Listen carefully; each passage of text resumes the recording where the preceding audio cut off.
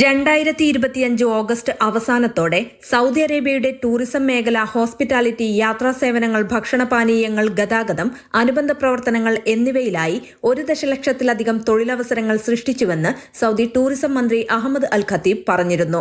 Vision 2030 പ്രകാരം രാജ്യത്തിന്റെ ദേശീയ പ്രവർത്തനത്തിന്റെ ഏറ്റവും വ്യക്തമായ പ്രതിഫലനങ്ങളിലൊന്നായി ടൂറിസം മേഖല മാറിയിട്ടുണ്ട്.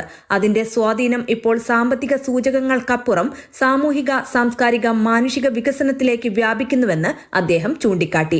വിഷൻ 2030 ഒരിക്കലും വെറും ഒരു സാമ്പത്തിക ബ്ലൂ പ്രിന്റ് ആയിരിക്കാൻ ഉദ്ദേശിച്ചിട്ടുള്ളതല്ല, മറിച്ച് സൗദി ജനതയുടെ മാറ്റത്തിന് നേതൃത്വം നൽകാനും ശാശ്വതമായ സ്വാധീനം സൃഷ്ടിക്കുവാനുമുള്ള കഴിവിൽ അധിഷ്ഠിതമായ രാജ്യത്തിനും ലോകത്തിനുമുള്ള ബന്ധത്തെ പുനർനിർവചിക്കാനുമുള്ള സമഗ്രമായ ശ്രമമാണെന്നും ടൂറിസം മന്ത്രി പറഞ്ഞു.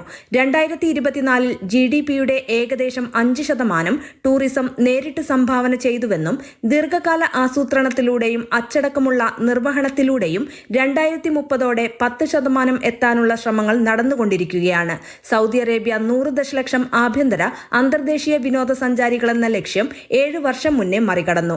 2024 ഏകദേശം 116 ദശലക്ഷം സന്ദർശകരെ സ്വാഗതം ചെയ്തതായും അഹമ്മദ് അൽ ഖത്തീബ് വ്യക്തമാക്കി. Mathrubhumi news, Riyadh.